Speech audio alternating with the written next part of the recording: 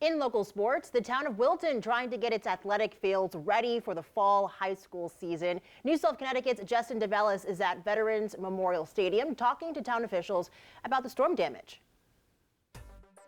I'm standing where this kind of ordeal started. I'm in a trench behind Tom Fujitani Field where the Wilton Warriors play their football games.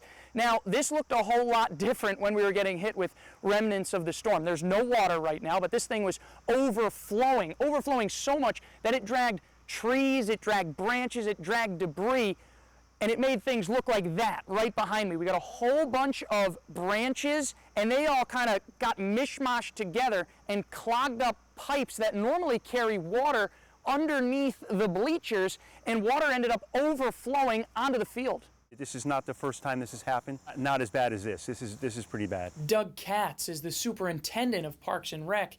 He says this could take anywhere between a few days or a few weeks to repair. Like when you pour a bucket of water and it just makes a splash and it just flows, that's the way it was just flowing across. Now on the surface, the field looks fine. It really doesn't look that bad, but there's more than meets the eye because there's a layer underneath the turf coconut husk. It helps players guard against concussions. Now the coconut husk all got washed away and now it's on top of the turf. You could feel it with your feet when you're walking. You could feel somewhat of like unevenness and stuff like that. Remnants of the storm wreaked havoc underneath the bleachers as well. Parks and Rec tells me they had to call some people to come in and just to make sure that the bleachers were safe to sit on. The football season opener is supposed to be here September 17th against Fairfield Ludlow. No word yet on what they plan to do with that game. In Wilton, Justin DeVellis, News 12 Connecticut.